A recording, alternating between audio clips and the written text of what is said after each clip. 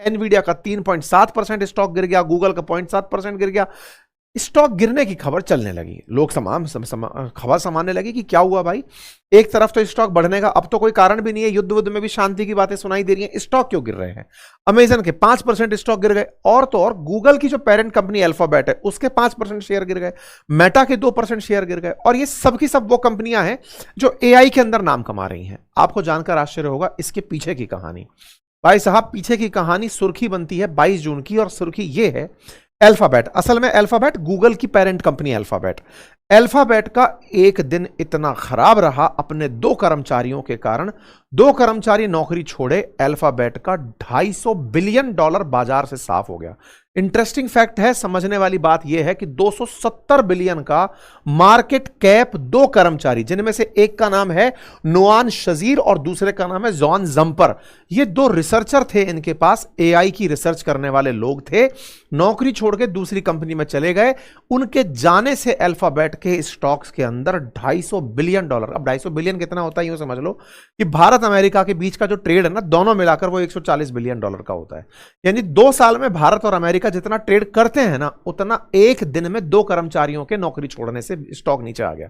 आप पूछेंगे ऐसा क्या हुआ? हुआ क्या कि ये जो नॉम सजीर है ना, ये छोड़ करके ओपन एआई में नौकरी करने चला गया है, और जॉन जंपर जो है ना वो एंथ्रोपिक में करने चला गया। जॉन जंपर जो है वो केमिस्ट्री से नोबेल पुरस्कार पाया हुआ आदमी था, साइंस मॉडल्स के ऊपर ये इन दिनों एआई में रिसर्च कर रहा है। एंथ्रोपिक जाके ज्वाइन किया, इस बात से लोगों का गूगल पर से विश्वास उठ गया कि तुम अपने पास बढ़िया टैलेंट रोक नहीं पा रहे हो। नंबर दूसरा, स्टॉक के अंदर निवेश करने वालों को चिंता इस बात की हो गई कि अगर इतने हाई एंड लोग, प्रतिभाशाली लोगों के ऊपर एआई टिका हुआ है, तो फिर हम और आप कर क्या रहे हैं? मतलब एआई का केवल खेल ही रिसर्चर्स में चल रहा है, रेवेन्यू अब तक निकल कर आ नहीं रहा है, इधर से इधर टैलेंट मूव हो गया, तो कंपनी का क्या है? कल को ओपन एआई से निकलकर कहीं और चला गया, कल को एंथ्रोपिक से निकलकर कहीं और चला गया, तो कर्मचारियों के जाने से अगर कोई भी इंडस्ट्री इस तरह का असर देखती है कि कर्मचारी जाने से एट्रिशन रेट बोलते हैं, अगर उसकी स्टॉक की प्राइसेस पर गिरावट आती है तो स्टॉक के अंदर उसे अच्छा नहीं माना जाता, ट्रेडिंग में उस कंपनी को अच्छा नहीं माना जाता। अल्फाबेट के लिए वर्स्ट डे निकला।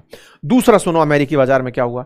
स्पेसएक्स हाल ही में लिस्ट हुआ, 16% शेयर की उसके अंदर प्राइसेस में गिरावट दर्ज हो गई। अब उसका क्या हुआ? असल में क्या हुआ, एलॉन मस्क की $350 बिलियन की वर्थ साफ हो गई। जो $1 ट्रिलियन के मालिक बनने निकले थे, एक दिन में इतना पैसा साफ हो गया जितने अंबानी की वर्थ नहीं है। 350 बिलियन एलॉन मस्क का साफ हो गया। इसके पीछे की क्या कहानी निकली? इन महाशय ने क्या किया कि एआई के एक्सपेंशन के लिए एक बॉन्ड जारी कर दिया। बाजार में एक तरह से समझो उधार पैसा मांगने के लिए कहा कि $20 बिलियन हम बाजार से जुटाएंगे। तो इनका $20 बिलियन जुटाने का जो अनाउंसमेंट हुआ, उससे बाजार को लगा कि यार इतना महंगा अगर एआई है, तुम लोगों के एक्सपेंशन में इतना खर्चा हो रहा है और कमाई दिख नहीं रही है, स्पेस एक्स का वैल्यूएशन चाहे जो भी हो, लेकिन आप एआई के खर्च को बढ़ाए जा रहे हैं, कमाओगे कैसे? एआई बूम है, बूम है, बूम है, समझ में आ रहा है, लेकिन एआई से पैसा बना नहीं पा रही हैं। ओपन एआई जैसी कंपनियां सोरा को बंद करके बैठी हैं, बिलियंस ऑफ डॉलर खर्च करके बनाया हुआ मॉडल बंद कर दिया, बोले कमाई नहीं हो रही है। तो ऐसे में जब रेवेन्यू घट रहे हैं, तो रेवेन्यू घटने से स्टॉक प्राइसेस पर असर पड़ गया। मतलब अमेरिका के अंदर खबर स्पेस एक्स से जुड़ी हुई निकलकर आई, अल्फाबेट से निकलकर आई, उसका असर और कंपनियों के स्टॉक पर पड़ा। अब अमेरिका का असर यानी एआई का असर, अमेरिका खुद चाहता है दुनिया एआई अपनाए क्योंकि वो लेकर आ गया है। तो साउथ कोरिया उसको अपना ही रहा था, चिप बना रहा था बढ़िया बढ़िया। ये बात जब साउथ कोरियन बाजार पर पहुंची तो वो गिर पड़ा। अब 10% गिरने की कहानी इनकी कैसे शुरू हुई वो सुनो साहब। तो इनकी 2 बड़ी कंपनियां सैमसंग और केएस, ये 2 बड़ी कंपनियां बाजार में बहुत तेजी से ऊपर चलती हुई आ रही थी। मतलब आप ये समझे, केएस बोल दे रहा हूं, इसका नाम एसके हाइनिक्स है, मैं केएस बोल दे रहा हूं। एसके हाइनिक्स करके जो इनकी साउथ कोरिया की कंपनी है, इसने हाल ही में मार्केट कैपिटलाइजेशन में सैमसंग को पीछे छोड़ दिया था। इसने इतना बड़ा मार्केट कैप बना लिया था, तेजी से प्राइसेस बढ़ते चले जा रहे थे। क्यों? क्योंकि ये एआई की चिप बनाते हैं। सबको ये खबर जा रही है कि ये चिप बनाते हैं, सबको चिप की जरूरत है और ये चिप बनाने वाले दुनिया के टॉपर्स में शामिल हो रहे हैं। तो इनका स्टॉक प्राइस बढ़ता चला जा रहा था, बढ़ता चला जा रहा था। तो लोगों ने कहा बढ़ लिया जितना बढ़ना था, अब चलो पैसे निकाल लेते हैं। जैसे ही ये खबर निकल कर आई, कौन सी खबर? कि केएक्स मतलब एसके जो हाइनिक्स है, इस एसके हाइनिक्स ने 22 तारीख को सैमसंग को पछाड़ दिया है। तो लोगों ने कहा वाओ, अब चलो अपना पैसा निकाल लेते हैं। मुनाफा वसूली शुरू हो गई। लोगों ने उसके स्टॉक को बेच करके अपना पैसा बुक करना शुरू कर दिया। जब उसको बुक करना शुरू किया तो बाजार में बिकवाली शुरू हो गई। बाजार में बिकवाली के पीछे अल्फाबेट का माहौल जो अमेरिका से चला आ रहा था वो यहां तक पहुंच गया।